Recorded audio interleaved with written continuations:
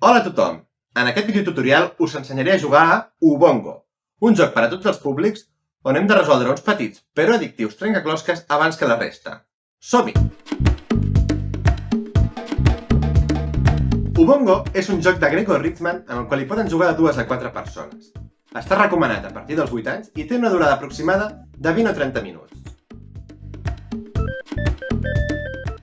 El joc consisteix en resoldre un seguit de trencaclosques en el menor temps possible i aconseguir punts per fer-ho. Qui tingui més punts al final de la partida, guanya. Abans de començar, col·locarem 9 joies blaves i 9 joies taronges en aquest taulell i deixarem la resta de les joies en el saquet. També deixarem les targetes objectiu al centre de la taula i repartirem a cada jugador les seves fitxes. Cada jugador té aquestes 12 fitxes, cadascuna amb un color i forma diferent, que ens recorden molt a les clàssiques fitxes del Tetris o del Pentomino. El joc consta de 9 rondes.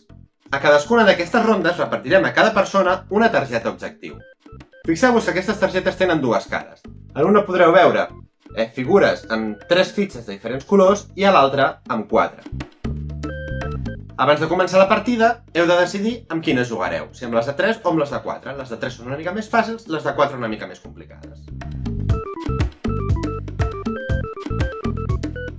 Un cop repartides les targetes objectius, es llença el dau i es gira el rellotge de sorra. Què hem de fer abans que acabi el temps? Doncs hem de mirar el dibuixet que ens ha sortit en el dau i mirar la nostra targeta objectiu.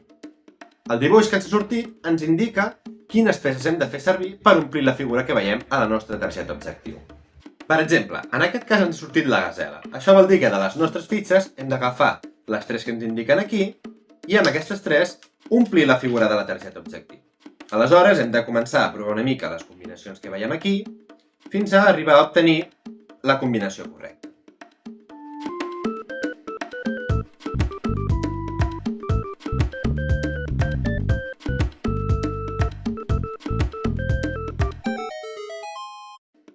Quan aconseguim resoldre el nostre trencaclosques a temps, hem de cridar Ubongo.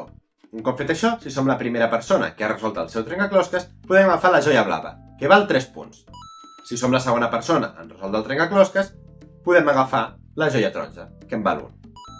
A partir d'aquí, si aconseguim resoldre la nostra figura a temps, no obtindrem cap joia com a premi per la nostra rapidesa. No obstant això, sempre ens queda el consol de mirar amb condescendència com la resta es trenca les banyes mentre intenten resoldre el seu trencaclosques abans que s'acabi el temps. Un cop s'esgota la sorra del rellotge, les persones que han aconseguit resoldre la seva figura abans que s'acabi el temps tenen dret a agafar una joia sorpresa del sac. Aquesta joia s'agafa a l'atzar i n'hi ha de 4 colors diferents.